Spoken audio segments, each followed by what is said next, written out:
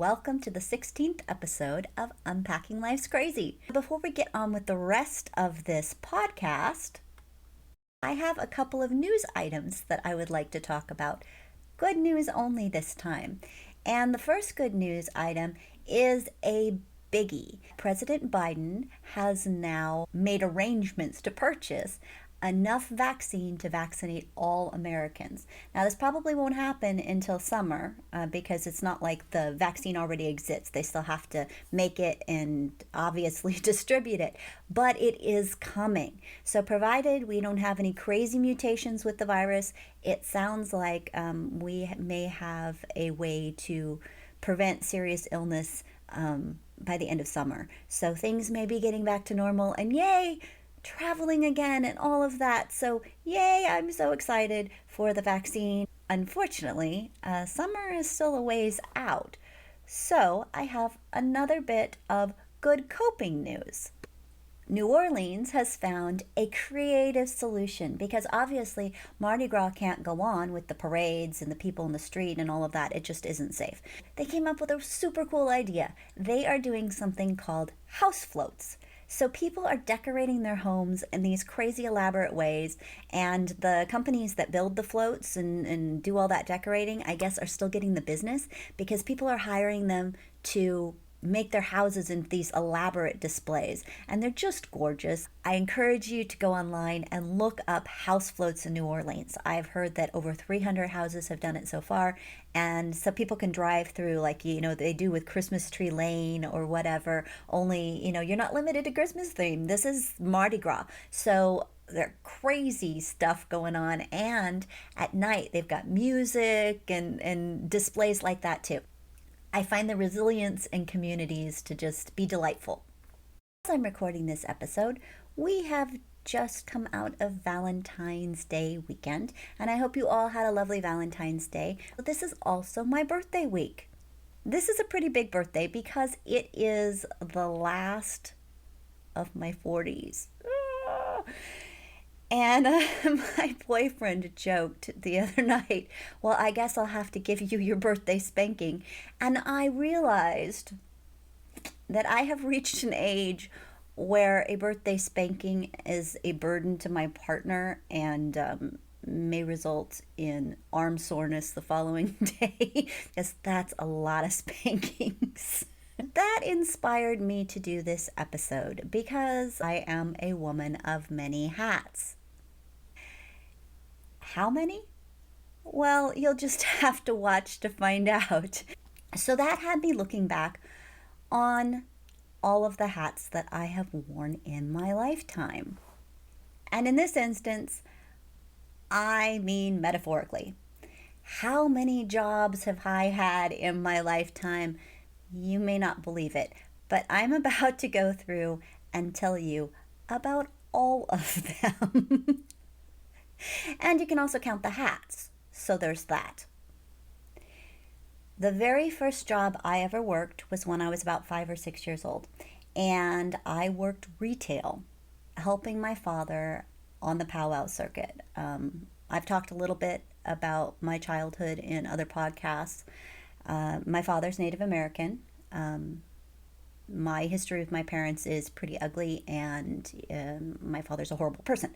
However, the fact that he was an artist and he traveled the powwow circuit gave me a lot of unique experiences as a child. But as a not very responsible parent who didn't really care anything about what was child appropriate or safe, I often had to tend the booths. It was just he and I. We'd unpack from the van, we'd set up the booth, and then he would sell his artwork, mostly jewelry.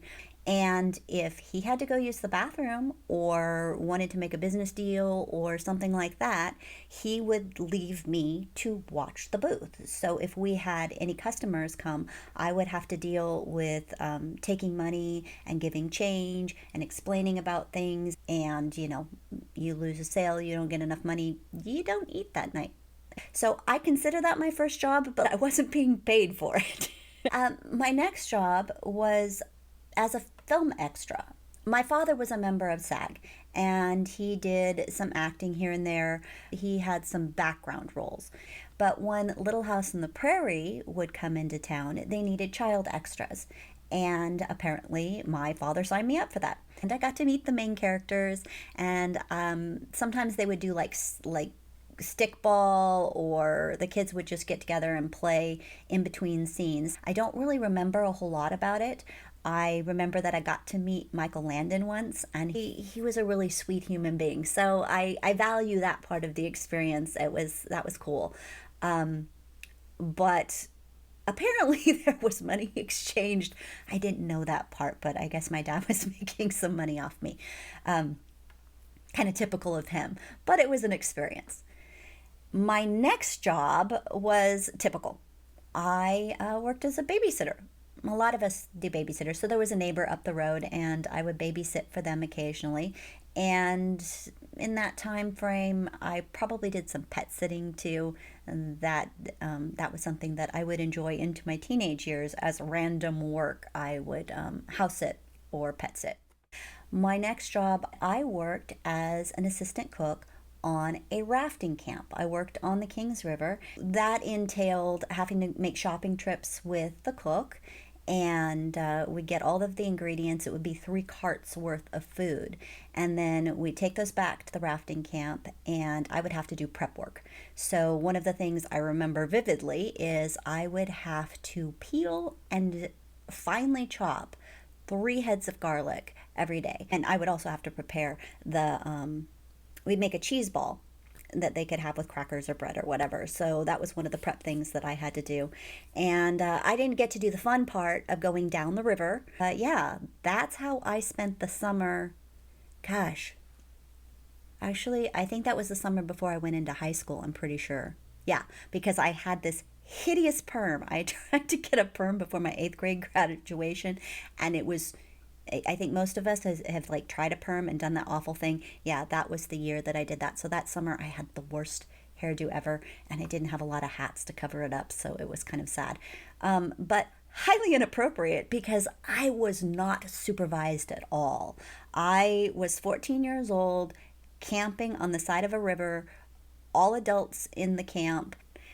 And so as soon as my duties were over, then I would take off and I would go to the neighboring camp.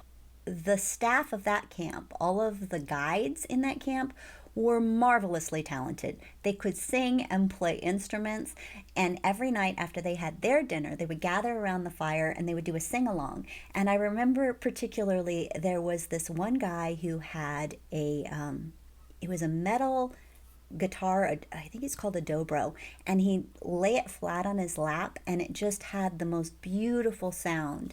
And that was the summer that I discovered the Beatles and the Beach Boys. So I was listening to them nonstop. And I remember that this one guy, I asked him if I could make a request, and he was afraid because he figured I was young and I would request something that he couldn't play. And I was like, I just want you to play Here Comes the Sun by the Beatles. And he was like, oh, I know that one. And it was beautiful. It was beautiful. So I spent a lot of time hanging out over there and being highly inappropriate. I was drinking. I was hanging out with guys. It was not, it was, looking back as a mother, I look back and go, oh my God, who knows what could have happened to me.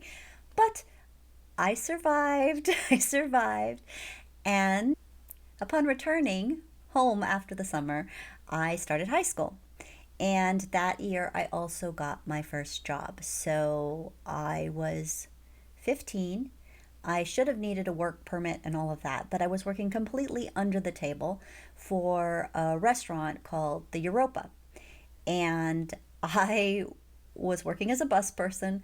I was making less than minimum wage because I was under the table. They didn't have to pay me minimum wage. I bussed the tables. I refilled coffee. I, grabbed things the waitresses, oh, that table needs a piece of pie, whatever. I brought out food. I did everything except taking the orders, basically. There were some weird things about working there. For example, and this is another highly inappropriate thing that wouldn't happen today because people have a better understanding of sexual harassment and the Me Too movement and stuff. But they often use prisoners as firefighters in the summertime. When the fires would break out, they would take these inmate crews to fight the fires. And one of the perks for the inmates is they get to go out and eat and choose what they want off the menu. So that's a pretty exciting thing for them. And the inmate crews would come and they would be put into the side dining room. Well, I was in charge of refilling waters and coffees and things like that. So, yeah, the inmates got especially thirsty when I was having to fill their glasses. And I was only 15 years old and they were ogling me and it was super creepy. It was really very creepy. So that was the least pleasant thing about that particular job. I have to take a moment here to reflect on a problem that I was not aware of at that time. And it would only get worse. I suffer from anxiety. I've suffered from anxiety my entire life, but I only really recently discovered it. And you can hear a little more about that in the podcast, Into the Weeds About Shrooms, and also Into the Weeds About Weed. I talk a little bit about my anxiety problems. But like I said, I was not aware of that. I'd lived in a constant state of anxiety since childhood, so I didn't really realize that I had anxiety or how much it would affect my ability to participate in the job market, to have a career, to work and function as a normal human being. So I'm going to continue and tell you about these other jobs that I've had, but keep in mind, the reason why I had so many was in part the anxiety, because I would panic. I would leave because I was afraid of getting fired, for example.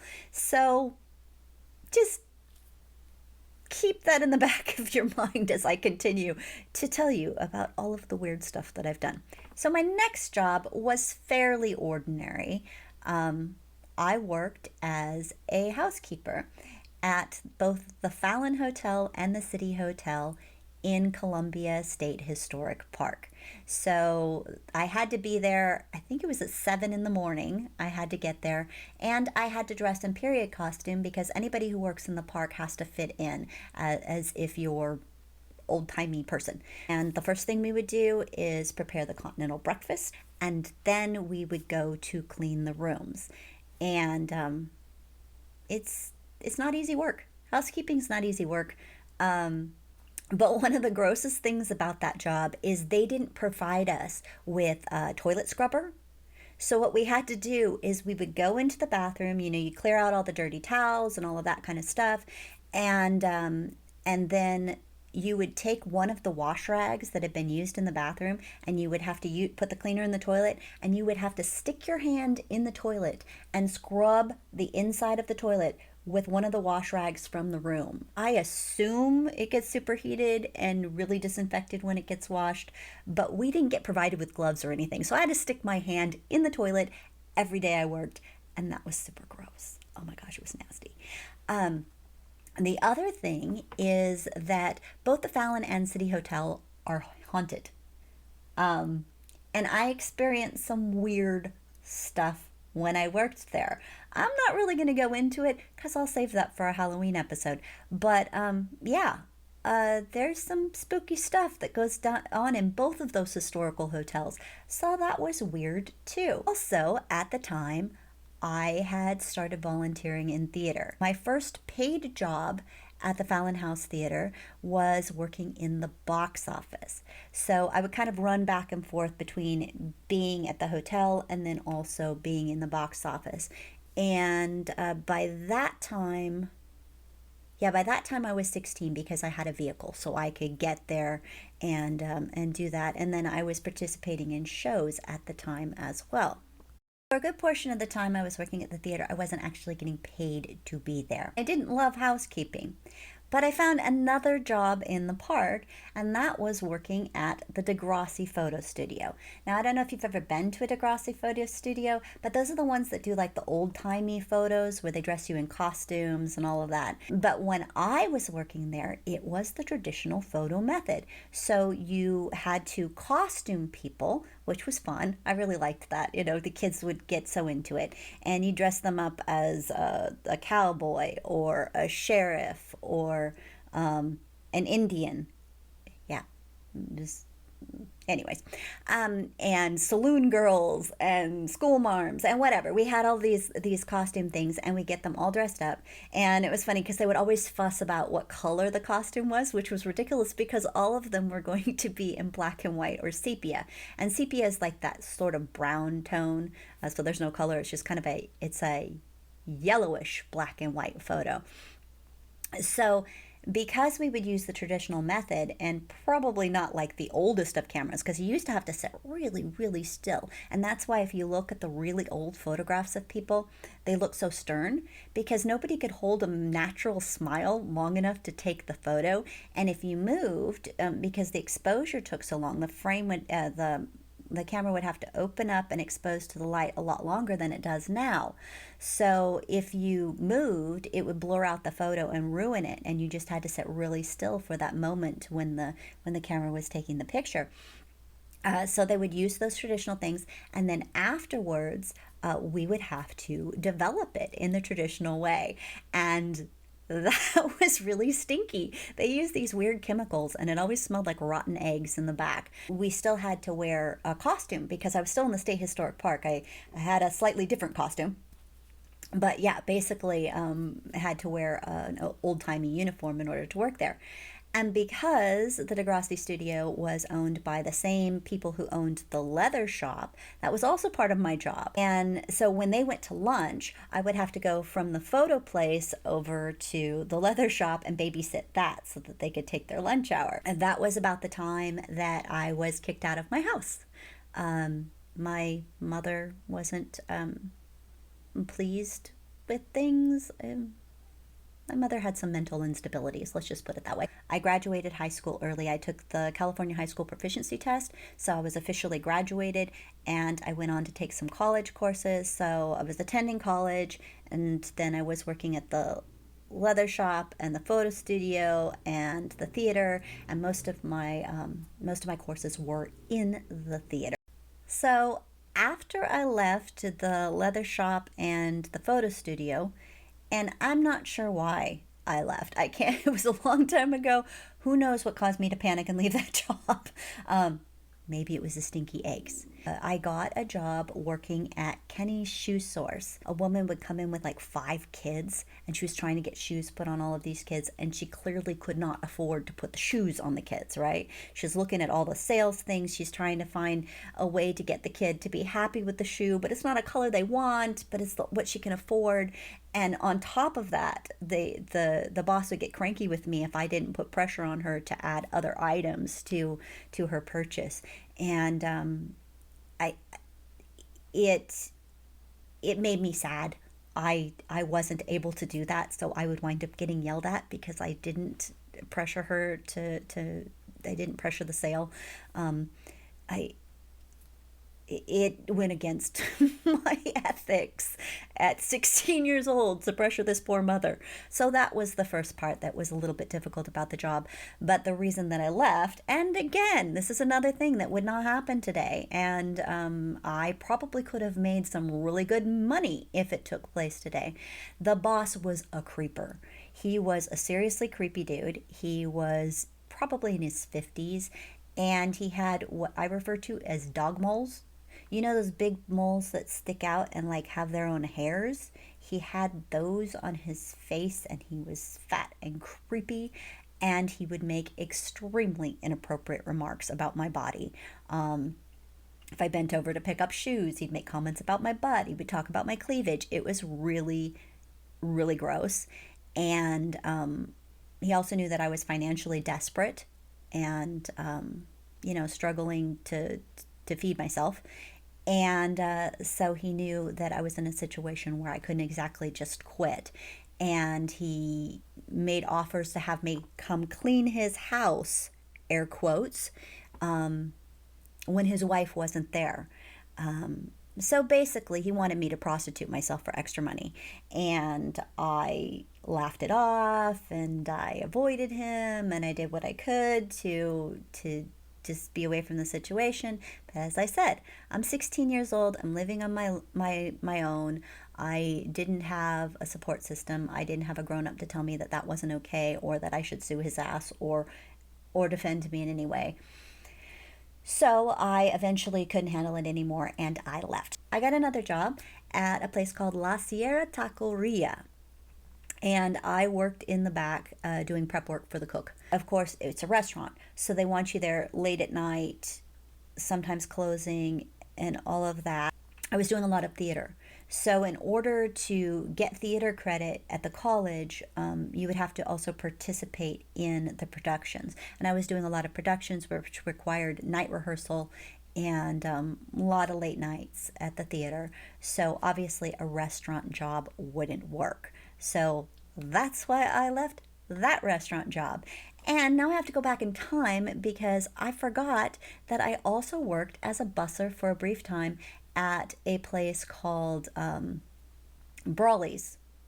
Was it Brawley's? Yeah, it was called Brawley's. Sorry. It's changed names many times over the years, and there is still a restaurant in that location to this day.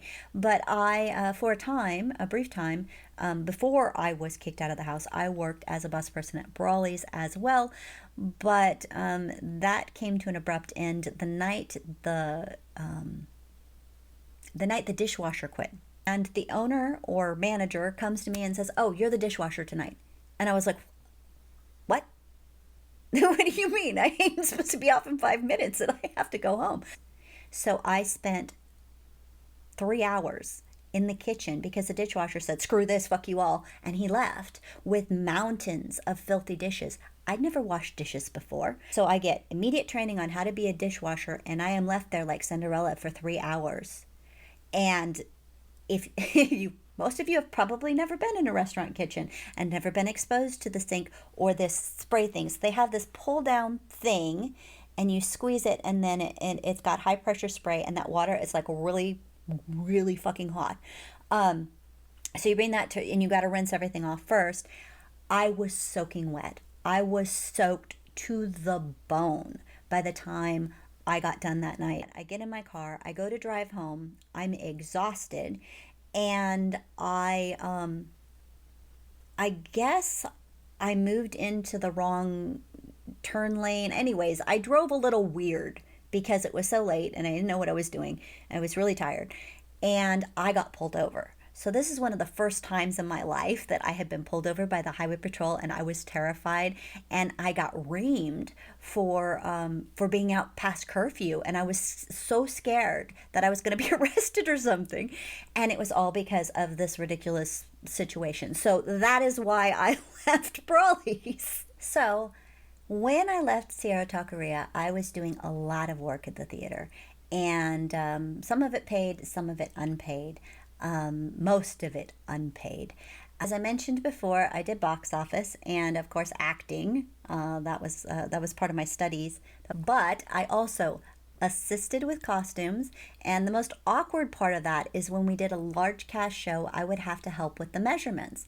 That doesn't sound particularly weird, but when you're 16, 17 years old, I think I was still 16 when I started, but there's a measurement that you need to do on men, which is called the inseam, which is basically from the inside crotch to their ankle.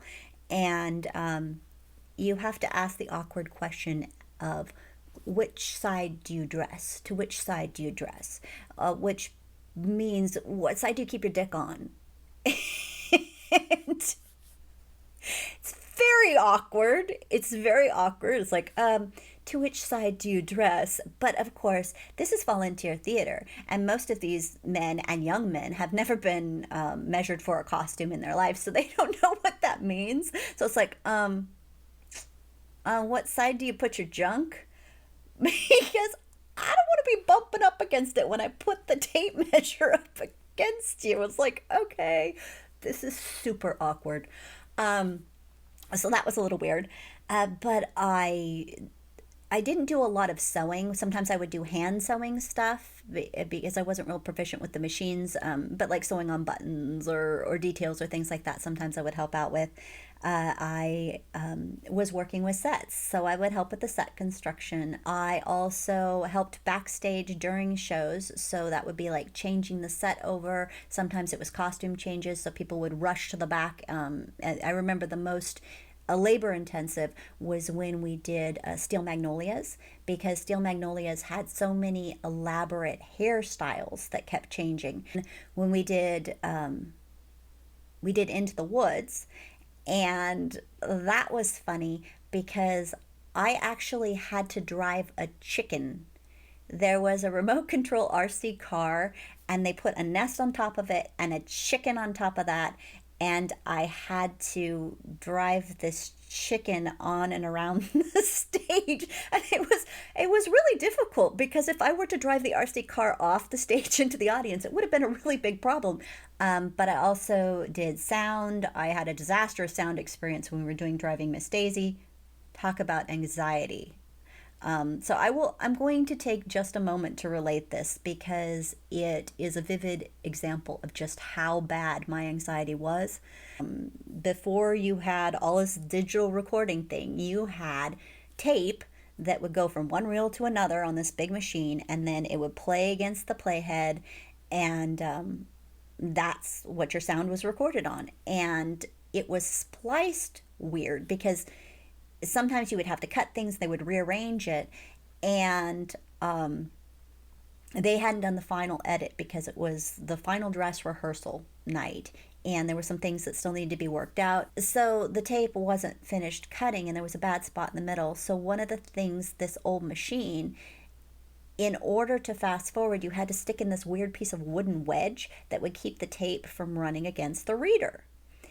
And because it wasn't spliced correctly, there was this section that I had to fast forward past to get to the next spot for the next cue. If you've ever seen Driving Miss Daisy, it's the scene where there's been an ice storm and a blackout. So she's lighting candles in the dark, and it's this really quiet, tranquil scene. And what's supposed to be playing, it's supposed to open up with these plink, plink, plink, plink, plink sounds. And meanwhile, I'm trying to get to the plink, plink cue when we're on the complete blackout, and I forgot to stick in that wedge. So I push the fast forward button, and the entire audience hears really fucking loud. And I was mortified. I thought I was going to die of embarrassment and shame. I just thought I was going to die. I managed to get through the rest of the cues. I wouldn't even look at anybody. The technical director, who is the one who spliced the tape, blamed himself and apologized and stuff. But no, I blamed myself. And I quite literally, I went home that night and I started crying. And I was in hysterics. And I cried for 8 hours. I don't even know how I didn't dehydrate and die. And the next day I called my doctor, and that's when I was put on antidepressants for the first time. And I remained on antidepressants of one kind or another until last year. But the main problem in that event was anxiety. Super, super high anxiety. And oh my God, that was the worst experience ever. I also ran Spotlight for some shows, but at that time, I wasn't a full-time employee, so I had to have other jobs. One of those jobs was at Wendy's, and the Wendy's job did not last very long at all. After Wendy's, I worked probably my first official job, and that was as a bagger at Save Mart. And I say it was the first official job is because it was one of those jobs where you had to be, oh gosh, I don't even remember the term for it. I'm going to say vetted, but that isn't right. They basically checked my criminal background and my fingerprints and stuff because it was like a big corporation. And then I had to go do training in Modesto. And again, I had anxiety. I remember being so freaked out about the whole thing. So I had to go to this training course where I watched videos about how to bag groceries. And I don't know if they still do this. They actually had bagging competitions. I don't know if you ever watched the TV series My Name is Earl, but there's something about a baggers competition in that. Oh my gosh, it brought back memories. So that was the bagging portion of the job, but the other portion of the job was stocking shelves.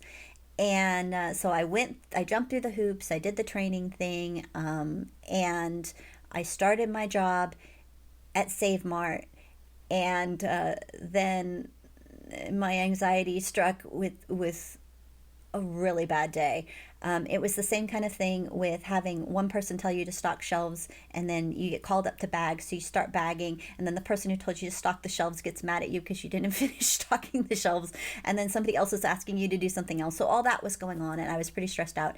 And it was summertime, and I go to help somebody out to their car with the groceries, and they had a watermelon, and it was on the bottom of the cart. So we go to, and it just went rolling. It rolled right off into the parking lot and like just smashed. And I was like, oh my God, I'm a total failure. I suck as a human being. I'm going to die. And I went in and I resigned. I quit. I couldn't take it. Now, looking back on it, it's really not that big a deal. It was just one watermelon. And coming at it from a perspective of somebody who now has their anxiety under control, I realized, so what? But again, from the perspective then, it was devastating. It was devastating. So that was my last day. That was my last day working as a bagger. During this time, I was also working randomly as an extra in certain films.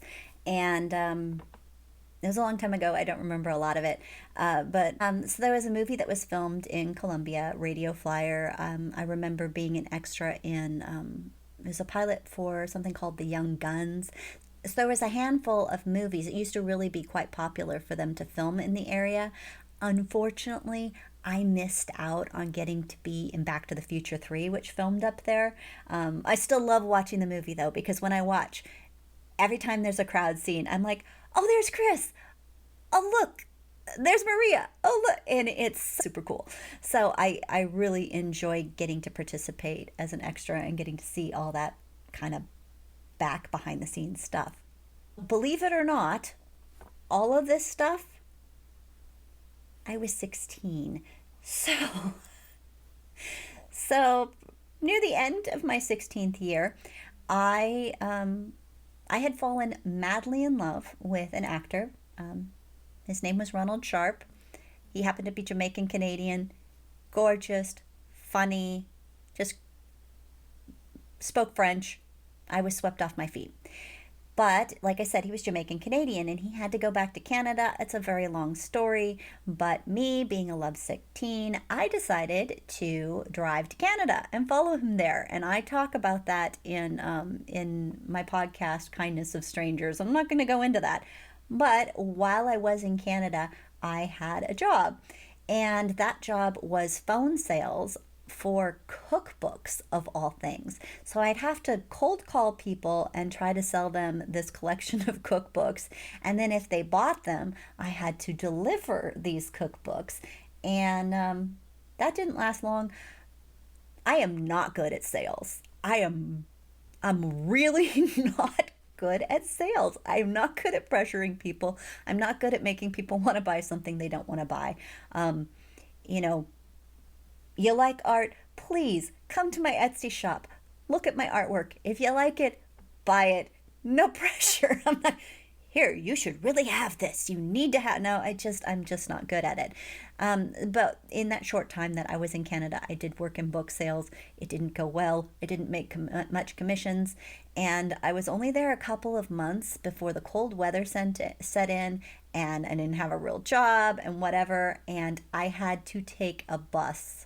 I had to go crying to my mother, and she bought me a bus ticket, and I had to take a Greyhound bus from Winnipeg, Manitoba, back to California. So upon returning from my adventure in Canada, I actually was hired on to the theater, as a part-time employee, and that was my main job for a little while. So doing all those crazy things, doing the backstage, and I was generally, my job was working in set construction. But I got lots of crazy experience. One of the things we did that summer is we went to the college because the college was tied with the theater. So we had use of college equipment, and we went to the shop there, the metalwork shop, and we had to construct these metal brackets. So yeah, so we had to weld. We had to cut metal, and then we had to weld these pieces together. And then once the pieces were welded, we had to sand off any of the welding joints that were weird. So we spent a long time in the shop that summer working on this weld project. So because of that, I have some experience in welding, and I'm actually not too bad at it. We did so many really weird, really cool set construction things. I really enjoyed the problem solving in that period of my life. It was a lot of fun.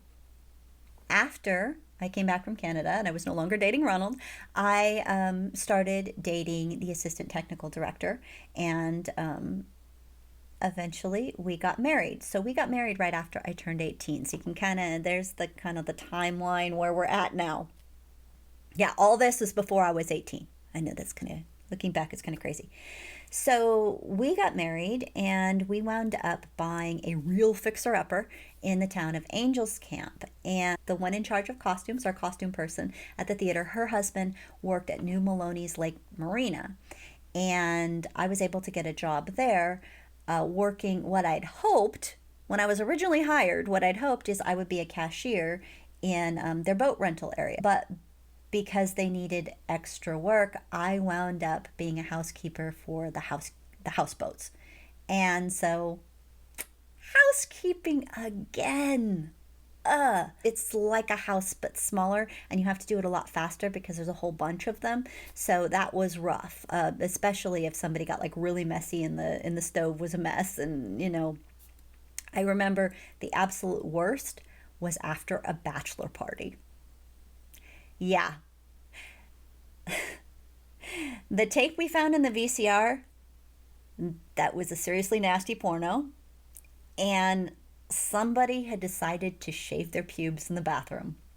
So there were pubes everywhere. It was so disgusting.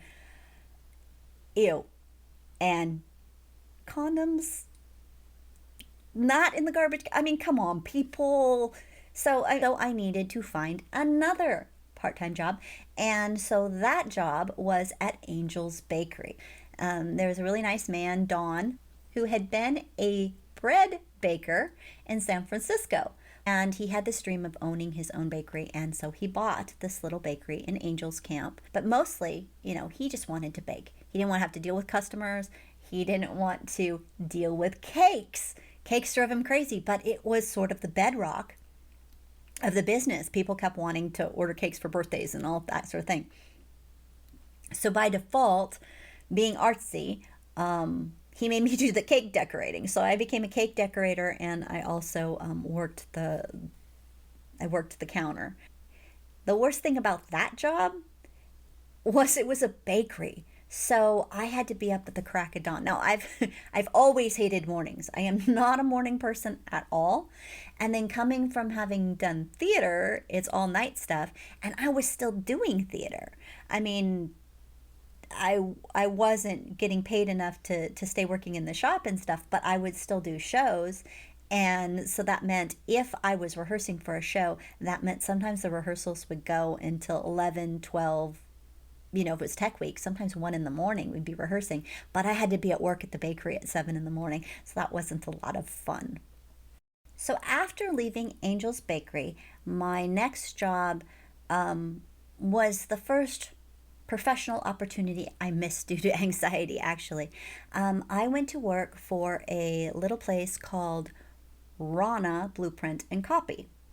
Primarily, I helped people with their copy needs. I also learned to make blueprints. And if you've never seen a blueprint machine, it's kind of crazy. It's this long strip of a thing, and then you feed the machine. It's like a long flat metal strip thing with a gap. And then you feed the drawn out blueprints along with sort of a negative.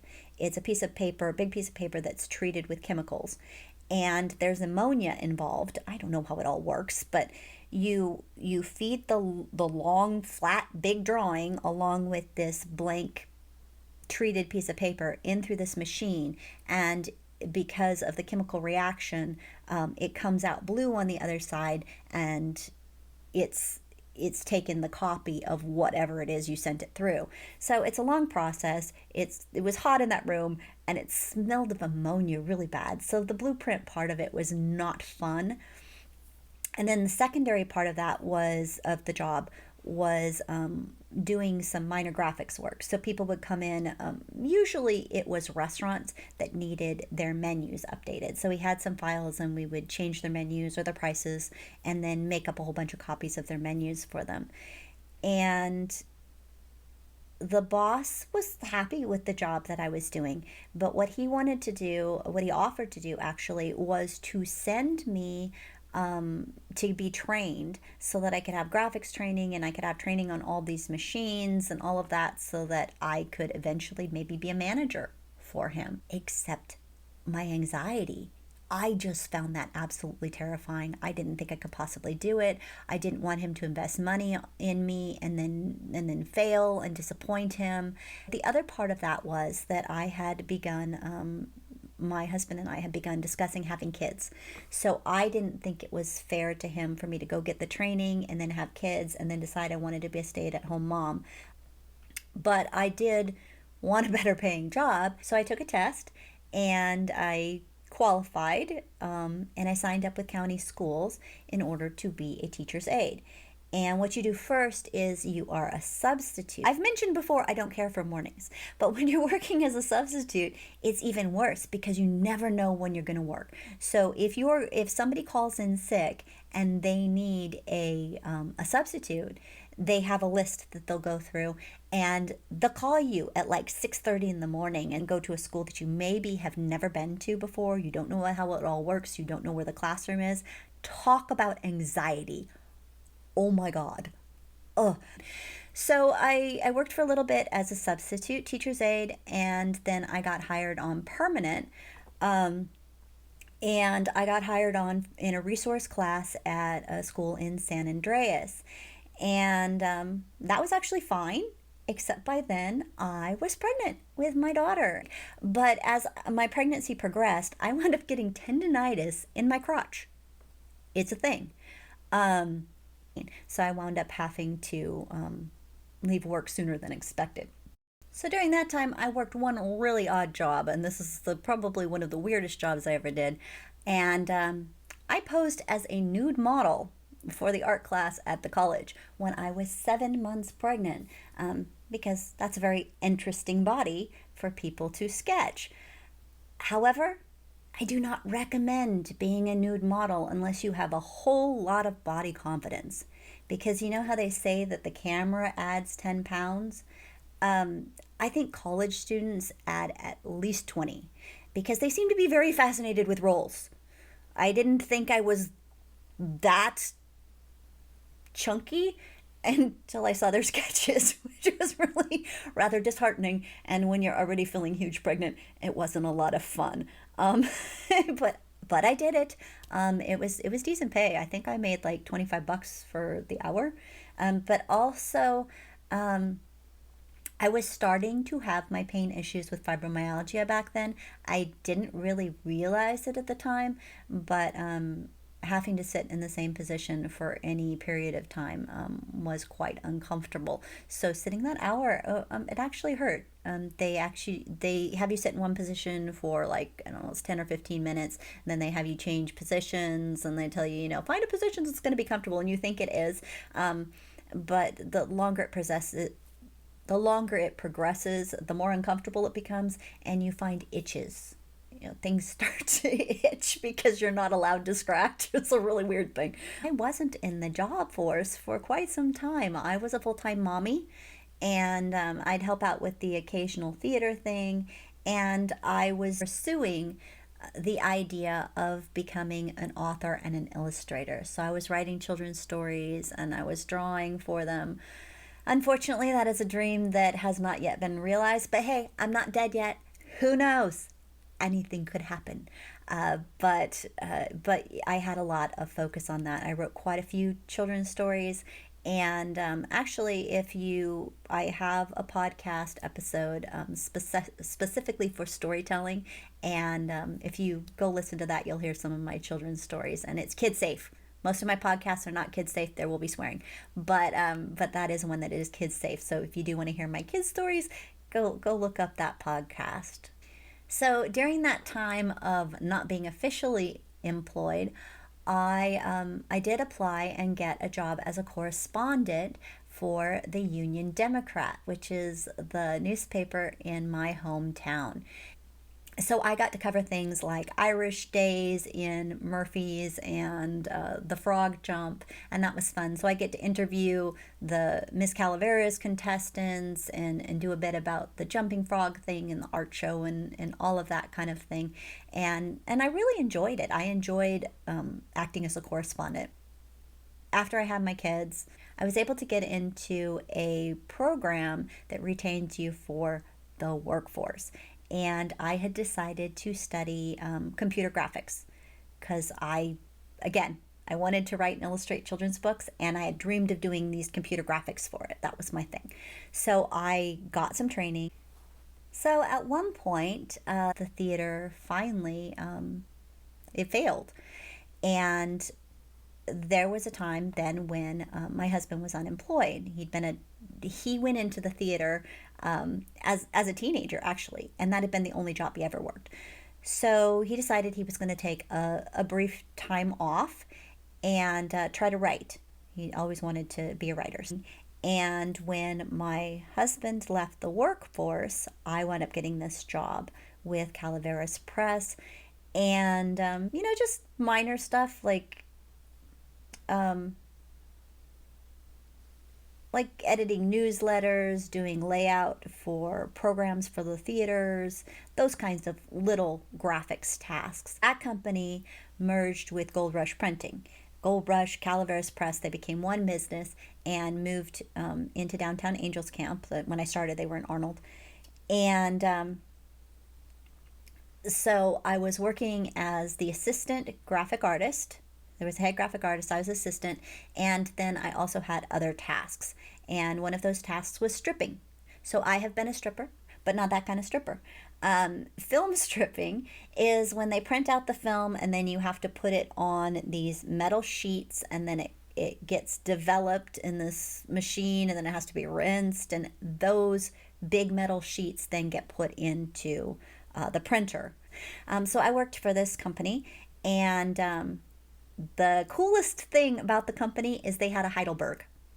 Now, Heidelberg is this amazing printing press. It's a monster of a printing press, and if you the name sounds familiar, they talk about it in the movie Catch Me If You Can. So I worked briefly at the print company, but my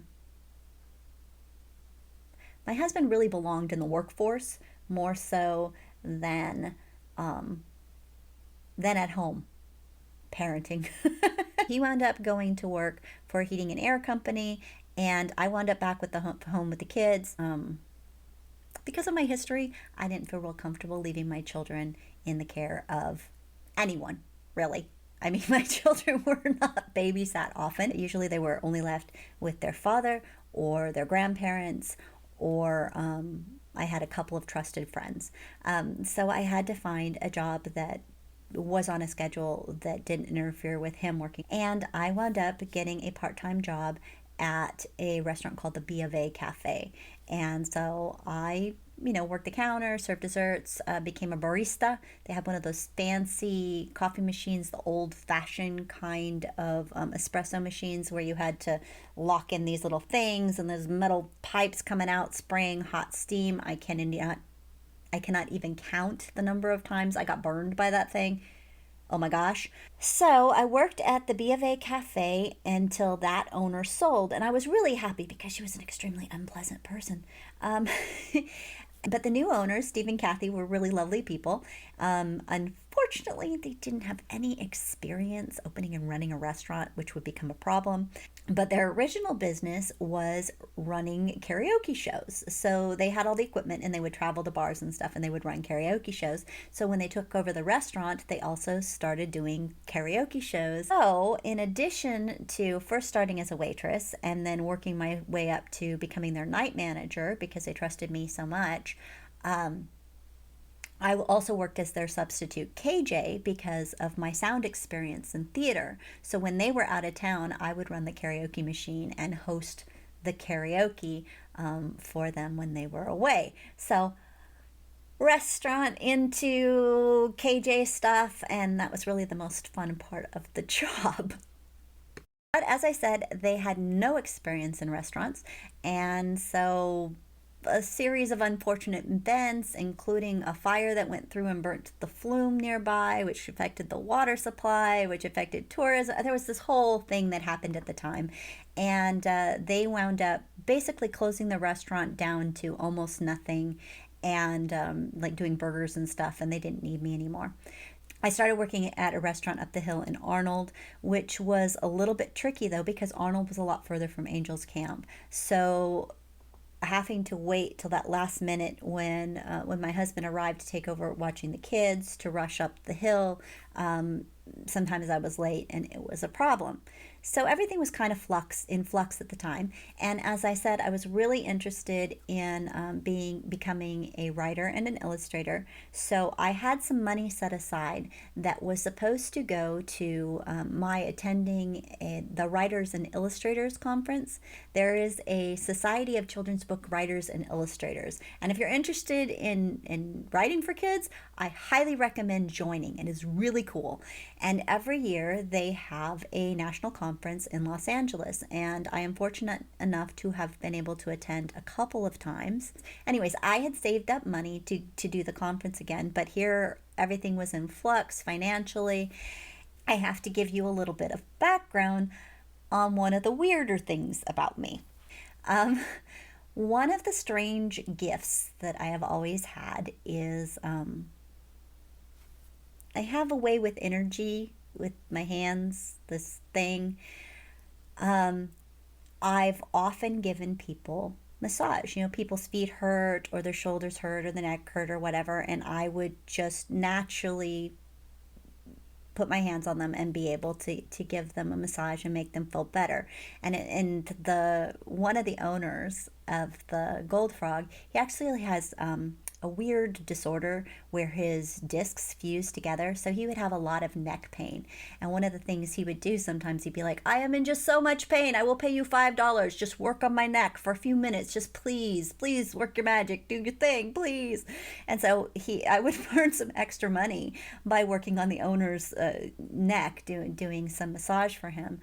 And I actually enjoyed it. I enjoy being able to help people in that way. And it was just, and I had just massaged on people at random as long as I could remember, starting with like my grandmother's feet. So at this weird junction, people had told me for years, you should go to massage school. You should become a massage therapist. You should become a massage therapist. I was like, okay, well, I have this money set aside and I'm going to use that to take the massage course. So that is what I did. I went to Calaveras College of Therapeutic Massage, and I studied under Michelle Oswalski, and I did her whole course, which was really scary for me. Again, going back to anxiety, because one of the biggest anxieties that I have is school. Anything education related, I find quite terrifying. I had learning disabilities. I struggled in school. I was bullied in school. School wasn't a good place, and I found it quite terrifying. It wasn't a fun thing for me. So deciding to go back and study for anything was really scary. But I decided to go back and do the massage thing. While I was studying massage, I fully recognized this odd touch ability thing that I had. When I one of the things you do when you give massage is they call it grounding. So you put your hands on a person and you take a few breaths and you kind of become in tune with their body rhythm. You kind of develop a connection. And when I do that and I'm at peace and I'm in a good place, I put my hands on a person. What happens is if they've got something going on, a pain or discomfort or, stress in a part of their body, I feel it in my body. So let's say they've got a shoulder injury in let's say their left shoulder. So I put my hands on them and then I feel like a pressure on my own shoulder. I feel like it's not painful, it's not anything. It's like somebody just puts their hand on there and squeezes. And I know, I just instinctually knew that meant that shoulder was going to need some extra work. It just translated in my own body as like, oh, okay, I need to go to that area and I need to work it. So in the training, we learned, the different muscles, and we learned some basic technique and all of that. But then I had this weird additional instinct that would tell me what area I needed to focus on. And at one point, Michelle says to the class, there is this thing that some people can do where they can detect energy, and it's like this. And I'm like, oh yeah, I can do that. And she's like, really? And I'm like, yeah. I didn't know it was a thing. I was like, it's a weird thing, right? And I don't talk a lot about my abilities as a healer, and there's a couple of reasons. One, I don't want to be considered a weirdo because I know how weird it sounds. It's a really weird thing. And I'm also a very logical person. So I have a lot of trouble reconciling the fact that it doesn't make a lot of logical sense to me. I don't have a scientific explanation for why I'm able to do this or how it works, but it's a weird skill that I have. So I got my certification and I opened up a lovely massage studio in Angels Camp. I didn't get a huge amount of business, but I was working my way there, and I was learning more about this weird energy connection that I had. And so I wound up taking a course in Reiki 1. You can learn more about Reiki, you can look into it. But basically, it's an energy healing technique. And I did not take Reiki to learn Reiki. I took the Reiki course so that when people said, what are you doing? I had some easy thing that I could just throw out there without going into an explanation or explaining to them the fact that I have no idea what I'm doing. This is a really weird thing. I don't know why it happens. I don't really understand it or where it came from. I just know that when it works, it works. So how it works, or when it's working, what happens is, like I said, I put my hands on a person. I feel this pressure. I know that area needs work, but then it goes beyond that. So I start working on them and working into that. I do the full massage kind of thing, but then I say, would you like me to focus more on your trouble areas, or do you just want a basic all over? Yeah, to work on the throat. So I get in there and I start working on it. And oftentimes, when we have pain in the body, it is tied to an emotional experience, something that has happened in the past. So it might be that you actually have some mental distress that's linked with that particular actual injury, which has then become a chronic pain issue. So, something obvious would be like, okay, when you were 10, your stepfather jerked you up by the arm and dislocated your shoulder. And now every time you have fear or you feel injustice or whatever, you suddenly start feeling tension in that shoulder, because it's like your body ties the emotions of the event to that location. And so that pain comes, it knows where to put the physical pain when you experience certain mental pain. But it can happen with other things too, which are unrelated. So let's say you're in the process of dealing with a divorce, and during that time at random, you sprain your knee. You slip and fall or whatever. You sprain your knee, and you have a lot of pain in your knee at the same time you're dealing with this divorce issue. Well, in the future, when you have abandonment issues, you start feeling pain in that same knee. Your mind, when you feel stressed, decides to put the pain in a certain location in your body. So when I get in there to work on those areas of pain, a lot of times I would tap into this weird emotional connection too. One of the most dramatic occasions of that was a man who came to see me who was having chronic back pain. He was a firefighter. He'd been working a job, and I guess he fell through a roof. The fire was going. He crashed through the roof. He injured his spine. It had required a whole lot of different therapies, different surgeries, different things. He was still struggling with it, and it had ended his career as a firefighter. And this guy, basically, he wanted to be a firefighter his whole life. Like his childhood, he dreamed of being a firefighter. That's all he ever wanted to do. And suddenly, at this injury, he had everything pulled out from under him. And it wasn't just financially, it was just like this was his identity. And so I started working on him, and as soon as I started working on him, I just felt, I didn't know all of this. I just, I talked, so yeah, he'd been injured, whatever. But as I get into working on him, I feel this just profound sense of grief. Just grief. It wasn't just physical pain, it was grief. So I start asking him questions and talking to him about, how did this happen, what's going on, kind of thing. And we talk our way through it. And he wound up just sobbing on the table, just this huge release of finally, talking about it, experiencing it, and letting it go. And as I'm talking to him, I'm working on the tight areas and working through it with my hands. And the other weird thing that happens when I tap into one of these things is my hands heat up. They just get suddenly very hot, which is sort of significant because I have low blood pressure, so I have cold hands and feet a lot. When I tap into this energy thing, my hands get really, really warm. They put off their own sense of heat, and that is one of the things that clients would most ask me about or bring it up because, like I said, I find this ability weird. So a lot of times I wouldn't actually talk to them about I wouldn't feel comfortable to discuss with them my technique or why exactly. I would just work through it and help them as best I could and just leave it at that. I know it's fine. You feel better. That's all that really matters, right? It doesn't matter. But this guy, it was a really profound experience, and he apologized for crying. He's like, no, let it out, let it cry all you need to, get it out of there.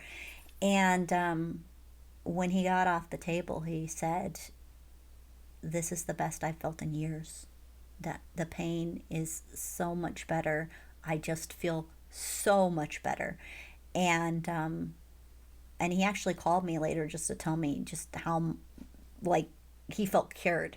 And I was like, great, that's awesome. Again, I don't know how it works. I don't know why it works. But I really, really loved it. I really loved being able to put my hands on people and help them work out their physical and emotional issues. I enjoyed that very much. But even as that was going on, my fibromyalgia was getting worse. And standing and giving a massage is very physically intense. So, yeah. So that was the beginning of my massage career. So after becoming a massage therapist, as all of this stuff is going on, my marriage was falling apart. And yeah. In 2004, decided it just wasn't going to work anymore. My mother had bought a vacation place in Costa Rica, and she invited the kids and I to go for a visit. And so we went, we checked it out, and I decided I had to start over somewhere. Costa Rica was better cost of living, and I figured I could make some money working as a massage therapist. So in 2004, the kids and I packed up and we moved to Costa Rica. And once in Costa Rica, I did continue working as a massage therapist. I got a job at a hotel called the Tambor Tropical. And I was on call. I was their only massage therapist on call. So I didn't get a lot of work. It was kind of random because it wasn't their main thing. But sometimes I would get a huge amount of business all at once. And it was kind of hard too, because it would be like no massage, no massage, no massage. And then I would get a call saying, could you do 4 massages today? And I was like, yeah, of course I can. Yeah, what else am I going to do? I need the money. Um, so I started out working as a massage therapist, but then I wound up starting a newspaper. And I am not very good about doing things halfway. So this was 16 pages, full color tabloid. And I was the writer, the editor, the photographer, the restaurant review person. I had a center page, which was a kids page, and it included like a crossword, and then it had a maze, it had a dot dot. I mean, I included like little children's activities too, because I figured there'd be tourists and kids would want to do that. So I also sold the advertising. I did distribution, um, the whole 9 yards. I did the design, the layout, the everything. And it was a once a month thing. And I managed to do that for 6 months before I finally gave up and said, this is insane. But it was way too much work for one human being to make happen. And so, yeah, so that went by the wayside. But there was this one house on Tambor Beach, mansion house. The guy was so impressed with the fact that this paper had been done that he actually bought a copy of every one of them, all 6 of them, and had them framed in glass, in like it's double-sided glass where you could flip it over to see the backside, and he hung them up in his house on Tambor Beach. So I'm honored that it was there. And I have to interrupt this narrative to tell you something else about myself. In case you have not guessed, Esperanza Phoenix is not my birth name. I changed my name because my birth name reminded me too much of the people who had given birth to me and raised me, and there was a lot of trauma there. So every time I heard my name, it kind of brought that back, and it was a thing, and I needed to start over. So I birthed myself from the ashes, and I renamed myself, and I chose this name because Esperanza means hope in Spanish, and a phoenix is a bird that rises from their own ashes. So that's where my name came from. So if you do track down a copy of the Tambor Times, you're going to see another name there. That's my dead name, but is me. So just in case you happen to track that down. And there's another publication I'm going to mention too. And again, you won't see Esperanza Phoenix on it because that was before I changed my name. So in addition to doing the newspaper thing in Costa Rica, I took a job with a real estate company, and I started working for Remax in Tambor. And the reason I started working in real estate was actually because I had seen a lot of people get ripped off in Costa Rica. They have some lax laws about stuff, and I didn't want to see anybody get ripped off. I thought, I could work in real estate, and then I can make sure that we're being honest about the list price and make sure that people aren't getting cheated. So I took a job at this real estate company, and the owners promised that I would be educated in how to properly sell real estate and all of that. That never came to pass. So I would go into the office, and because the owners didn't speak Spanish. In fact, the only people they really knew who spoke Spanish were their employees. So they didn't really have any. It was weird. Some expats are weird. They like relocate to a place, and then they're like disrespectful of the people that live there, and they don't learn the language, and it's strange to me. But anyways, so because I spoke the language and I had connections in the community, they would send me out trying to get listings. So trying to find houses and stuff that were inexpensive, so that investors who wanted to start out could afford to get in. What I didn't know was they weren't honest either. And they were adding crazy commissions onto the cost of the homes, and then that commission would go straight to them, and therefore the seller wasn't making as much of the selling price. It was a thing, and things got shadier and fell apart. And in the end, I wound up walking out and taking several folders, which I wasn't supposed to do, but I took the folders of the listings that I had brought them, because I didn't want to see my Costa Rican friends get tied up into that mess. And it was really hard too, because I was really good friends with their secretary, and I didn't want her to get in trouble or them to think that she was any part of what I'd done to get out of there. And after I left, I actually wrote a letter to the Remax Corporation. I explained to them the unethical practices that were taking place at that Remax office, and they pulled their license. They lost their business. They were shut down, and I guess when the owners, like I said, I was friends with the secretary, and when the owners shut the place down, they actually blamed me. And they said it was my fault. I was the one who shut them down. And you know what? Good. Good. They were crooks, and they were ripping people off. So I'm quite proud of myself that my letter had the power to shut them down and prevent other people from being victims to that real estate scam that was going. I was just really upset that I had unknowingly participated in some of what happened there. So that was a lot of drama. As I was working in real estate, I was still doing the massage, and I would also get odd jobs. So some of the weird odd jobs that I worked in Costa Rica included getting hired as a driver and a translator for somebody who had invested in a property in Costa Rica. He couldn't speak to his workers, and he didn't have a vehicle. It was going to cost him a lot to rent one. He also liked to drink, so having somebody drive was a handy thing too.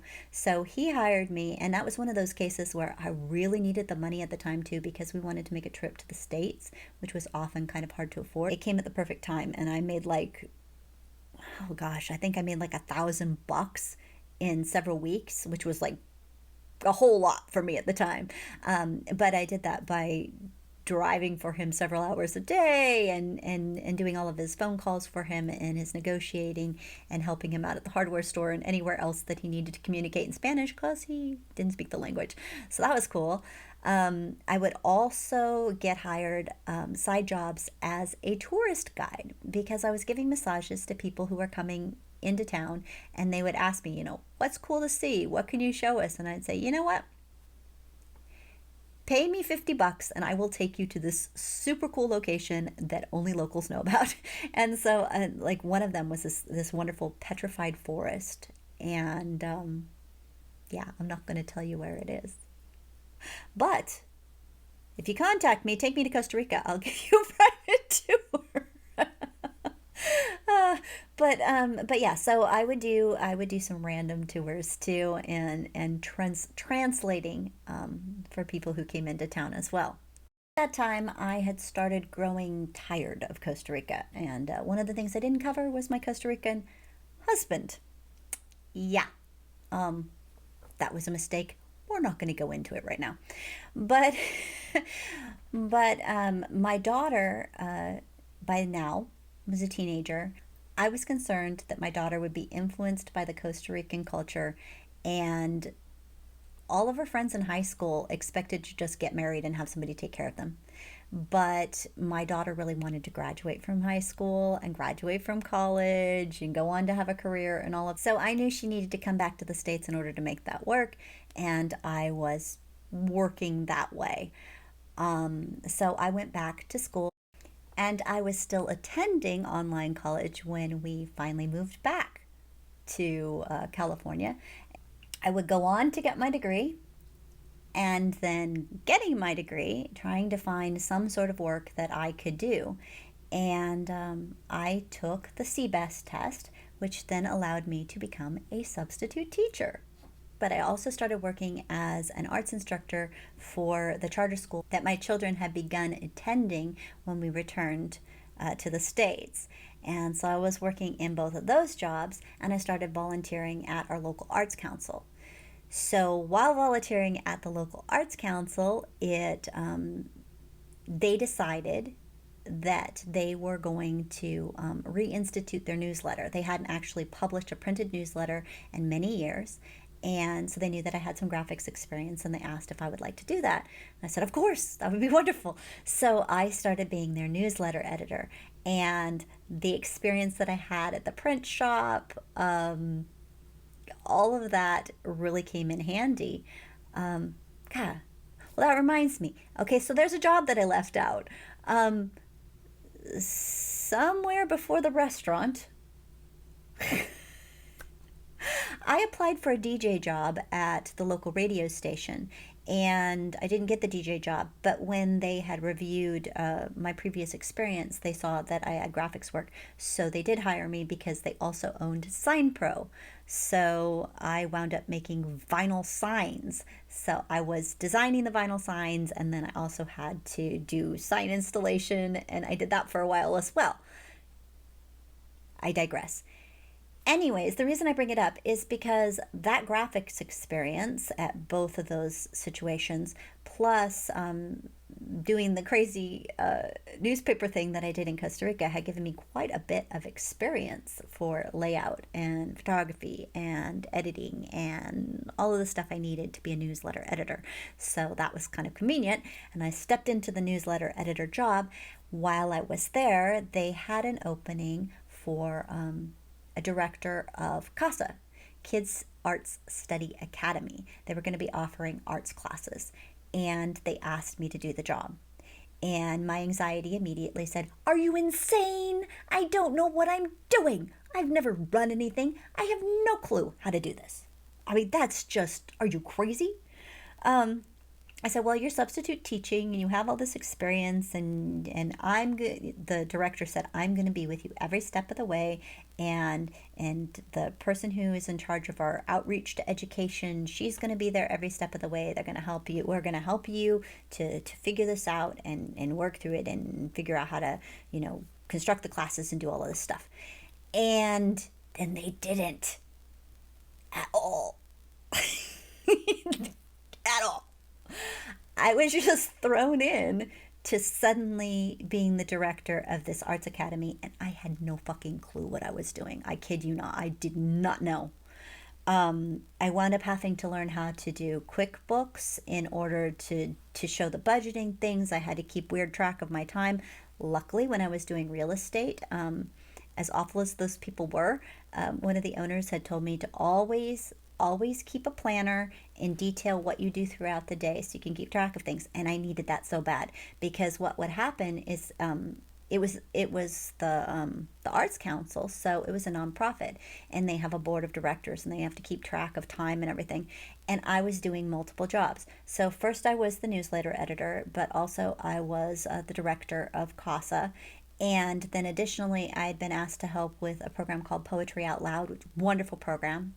Look it up. It gets children excited about poetry. They have a national competition each year. It's a really a beautiful thing. So then they had me working for. So I was being paid through budgets for different purposes. And at one point they're like, "Well, how much time?" And I was like, "Oh, I've got my planner. I spent this much time on this much time on that much time on the other thing." And all of these oddball skills that I had gained throughout the years all came in handy, because I don't think that they could have gotten somebody else in that position who not only could design the newsletter, do the photography, do the editing, do the layout. I also designed flyers that would go to the school and bookmarks to advertise the classes. I was able to draw up the schedules and then send that information to our web designer, who would put that on there. And then I had to to find various teachers for classes, do the sign up stuff. And then I taught some of the classes. One of the classes that I really enjoyed the most teaching was comic book style illustration, because I was drawing on what I'd learned about narration when I really wanted to do children's books. And then comic books kind of relate in that. So it's telling a story with pictures, and it was a lot of fun doing that with teenagers, and they would come up with their own story plot and their characters and their little comic book thing. That was a lot of fun.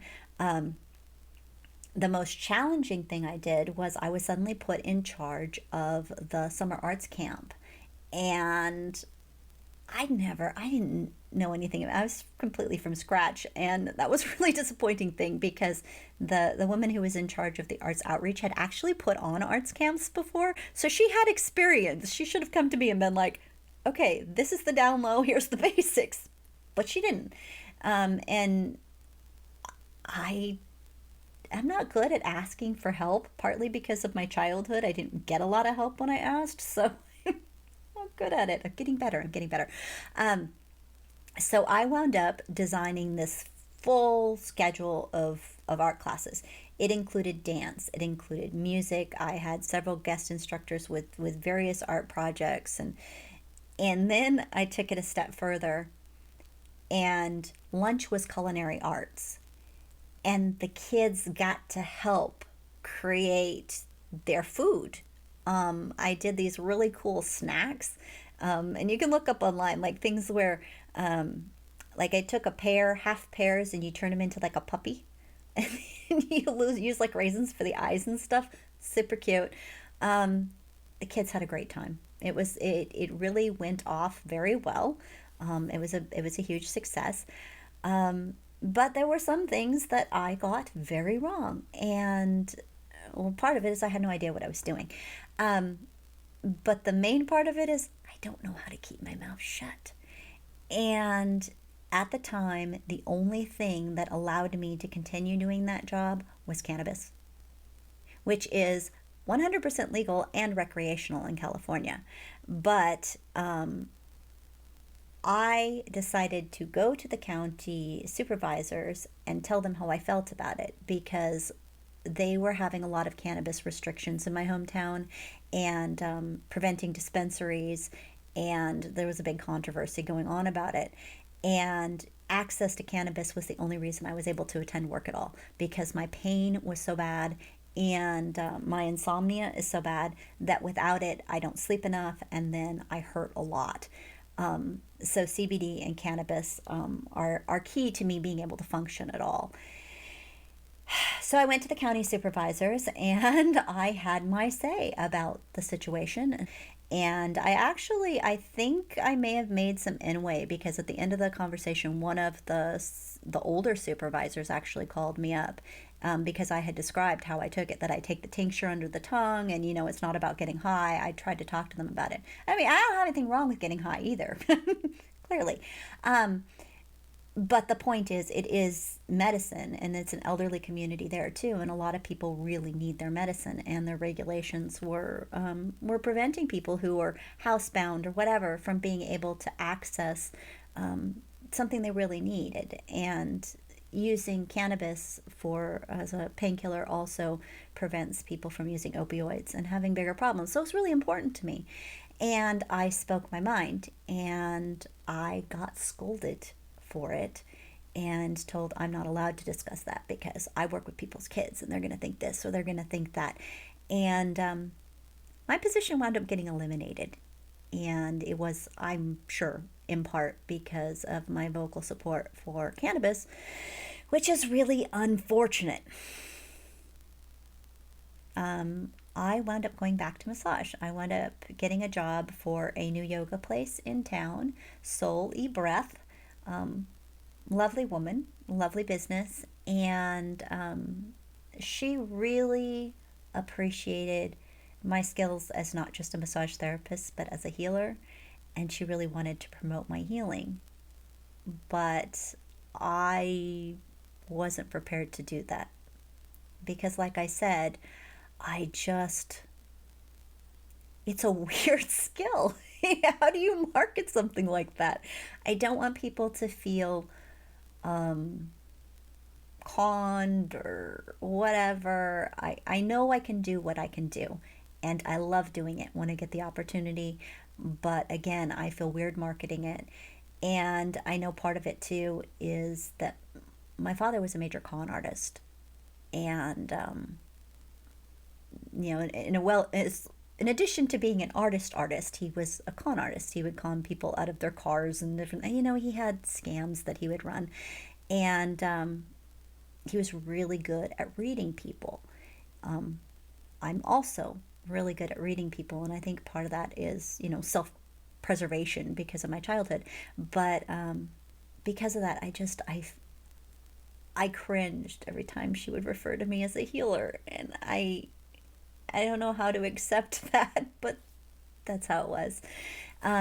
But the massage itself had become very taxing on me. I had been lucky um, at the Arts Alliance that they had me working part time, and if I needed to work from home, I could because my fibromyalgia pain had gotten so much worse that the only way I could cope was with cannabis, and I still needed scheduling exceptions. And with the massage therapy, I wouldn't do more than 2 or 3 massages a day. And then if I did that many massages, I would have to have a couple of days off because it was too hard on my body and I would be in pain. And that's when I realized how long I'd been working around my disability, trying to make it work, figuring it out, working part time, working odd schedules, with concessions, whatever, trying to make it work. So that's when I finally said, it's time to apply for disability.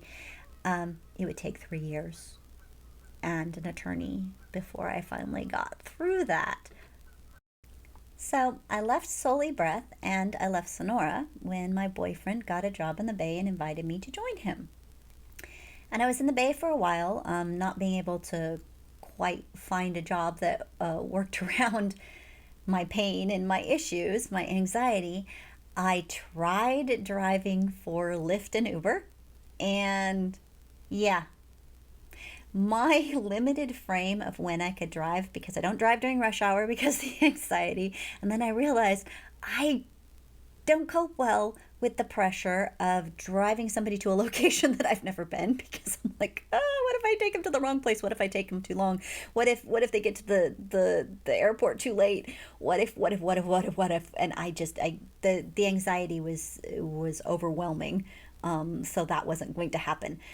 I was an extra in a couple of movies because being in the Bay Area, I had a little more access to that. And because of that, I was signed up for one of the casting sites, which occasionally sends out announcements of jobs which are somewhat performance related. So I get something from the casting call people that said that they were hiring a bubbleologist. What's a bubbleologist, right? A bubbleologist is someone who does bubble performances for kids, and it's part science and it's part performance, and you gotta know kids and you gotta like kids. And so I was like, okay, let's give it a try.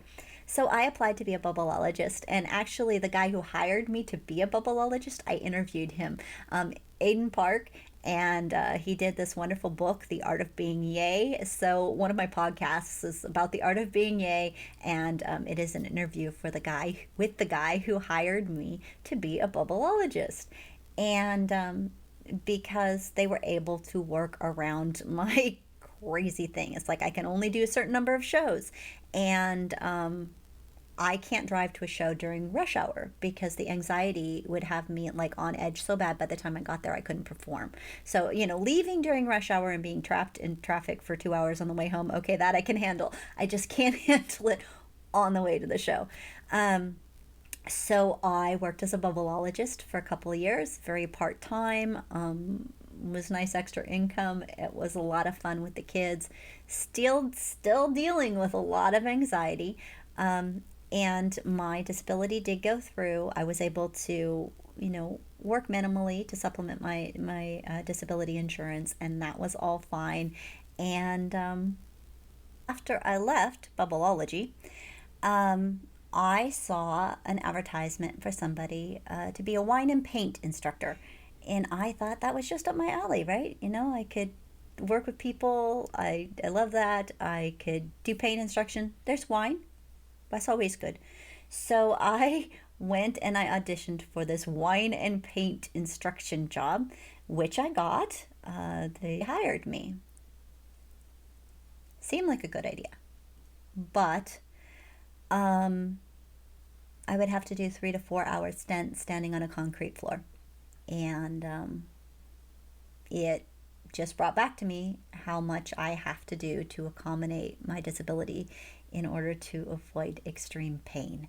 And I did one shift and went home hurting and realized that I wasn't going to be able to make it work.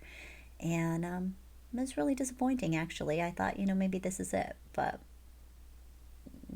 not so much. So here we are. I'm doing my podcast.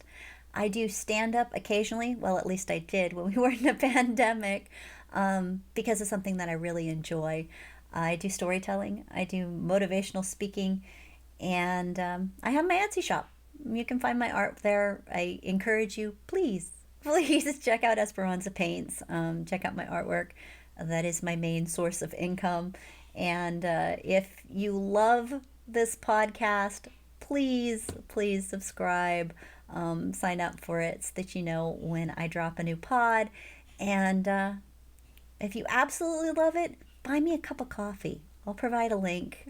With all of the jobs that I've done over the years, I guess I could focus on all the jobs that I've quit or all the failures. I choose to focus on the sheer number of things I've tried and the experiences that I've had. Fear has ended many a job or career possibility for me, as has pain. But because of the extreme anxiety that I was facing, every one of those things that I tried was an act of bravery. It may sound crazy, but I have a weird fear of paperwork. So just filling out a job application for me was an act of bravery. Anxiety is a weird thing.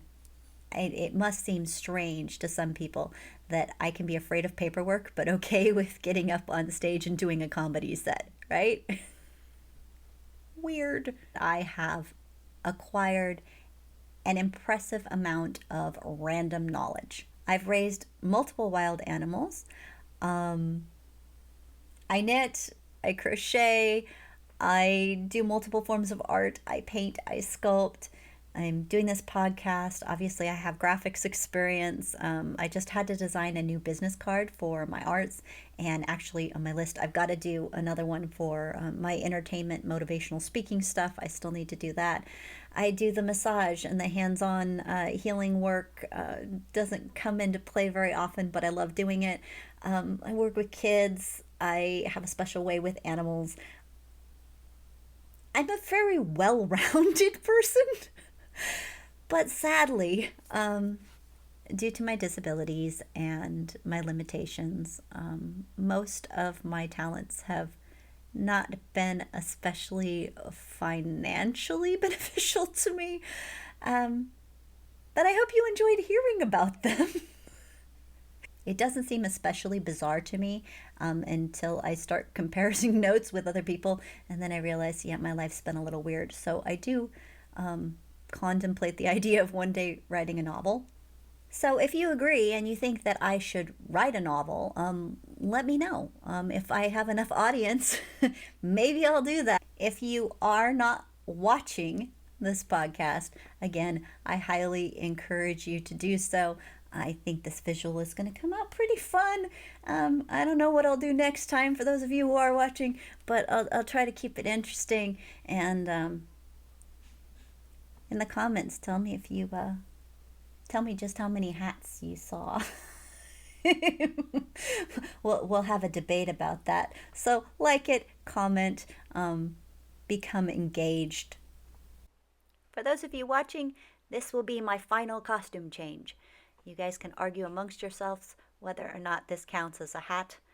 For those of you listening, this is my awesome plague mask because everybody should have a plague mask during a pandemic. Thank you so much for taking the time to watch and listen to Unpacking Life's Crazy. I hope you'll tune in again next time for the next episode. And in the meantime, stay safe, stay healthy, and take care of the ones you love.